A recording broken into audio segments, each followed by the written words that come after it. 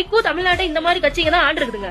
2000 காசு தரதும் சரி, இந்த வாழைத்தார பிச்சை எடுத்துட்டு போற மாதிரி அவ்வளவு ஒரு மோசமான சூழ்நிலையில தான் எல்லா மக்களையும் இந்த கட்சிக்காரங்க வச்சிருக்காங்க. திடீர்னு வந்து நீ 2000 நான் கொடுக்க மாட்டேன், இலவசத்தை நிறுத்திடுவேன் அப்படின்னு சொல்லி அந்த மக்கள்கிட்ட சடனா இதை சொன்னா அவங்க எவ்வளவு கஷ்டப்படுவாங்க. முதல்ல எல்லா கட்சியும் கொடுக்குற மாதிரி இலவசம் கொடுத்துதான் ஆட்சிக்கு வருவீங்க அப்படின்னா அதுல என்ன மாத்தி இருக்கு? மக்கள் இலவசத்துக்கு கையேந்திர நிலையில இருக்காங்க அப்படின்னா அவங்களுக்கு ஏத்த வேலை வாய்ப்புகளை கொடுத்து, மக்கள் அதிகமா பாதிக்கப்படுற டாஸ்மாக மாத்திட்டு மக்கள் அதிகமா செலவு பண்ற மருத்துவத்தை தரமா இலவசமா கொடுக்கணும். ஃபர்ஸ்ட் வந்து ஆட்சிக்கு வந்து ஒரு அதிகாரத்துல வந்து உட்காரத்துக்கு வேலை என்னமோ அதை பாருங்கடா.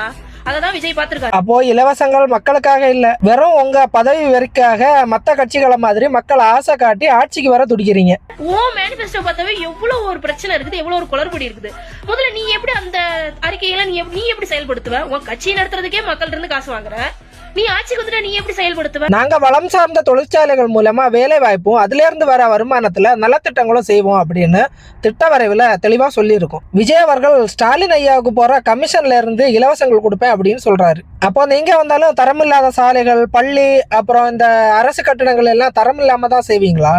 கமிஷன் எடுக்காம ஒரு திட்டத்துக்கு ஒதுக்கப்படுற நிதியை அந்த திட்டத்துக்கு அப்படியே மக்களுக்காக செய்வேன் அப்படின்னு சொல்றதுல ஒரு நியாயம் இருக்கு. கமிஷன் கொடுக்குற காசை நான் எடுக்காம மக்களுக்கு இலவசம் கொடுப்பேன் அப்படின்னு சொன்னா அந்த திட்டத்தை நீங்க தரமில்லாம தான் செய்வீங்களா? ஒரு மோசமான சூழ்நிலையில தான் எல்லா மக்களையும் இந்த கட்சிக்காரங்க வச்சிருக்காங்க. திடீர்னு வந்து நீ 2000 நான் கொடுக்க மாட்டேன், இலவசத்தை நிறுத்திடுவேன் அப்படின்னு சொல்லி அந்த மக்கள்கிட்ட சடனா இதை சொன்னா அவங்க எவ்வளவு கஷ்டப்படுவாங்க. இந்த திட்டம்லாம் இல்லாம மக்கள்கிட்ட திடீர்னு உனக்கு எதுவுமே நான் கொடுக்க மாட்டேன்னு சொன்னா எவனும் ஓட்டு போட மாட்டான். இது பிராக்டிகல்.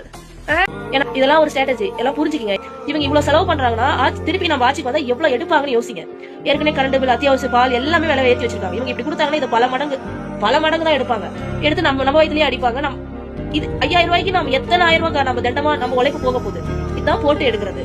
இதையும் கொஞ்சம் யோசிச்சு பார்த்துட்டு மக்கள் ஓட்டு. அது எப்படி நீங்க இலவசம் கொடுத்தா மக்கள் நலனாகவும், மற்ற கட்சிகள் கொடுத்தா மக்களை கவர்ந்து ஓட்டு வாங்குற இயந்திரமாகவும் பயன்படுது? நீங்களும் ஓட்டுக்காக தான் மக்களை ஏமாத்துறதுக்கு இலவசம் கொடுக்குறீங்க அப்படின்னு ஒத்துக்கோங்க.